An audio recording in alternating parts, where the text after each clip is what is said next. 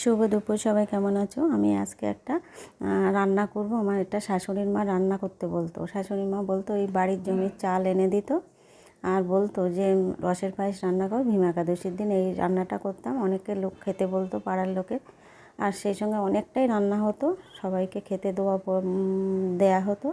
আর আমরা বাড়ির সবাই মিলে খেতাম, এক জায়গায় অনেক লোক। তা আমি আজকে সেই শাশুড়ি মায়ের মতো করে রান্না করব ভেবেছি, কিন্তু রস তো আর নেই, তাই খেজুরি মিষ্টি দিয়েই রান্নাটা করলাম।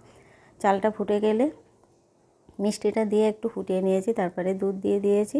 দুধটা দিয়ে আবার একটু কিছু সময় ফুটিয়ে নেব। আর এদিকে নারকেল করে নিয়েছি, একটু নারকেল কোড়া দেবো।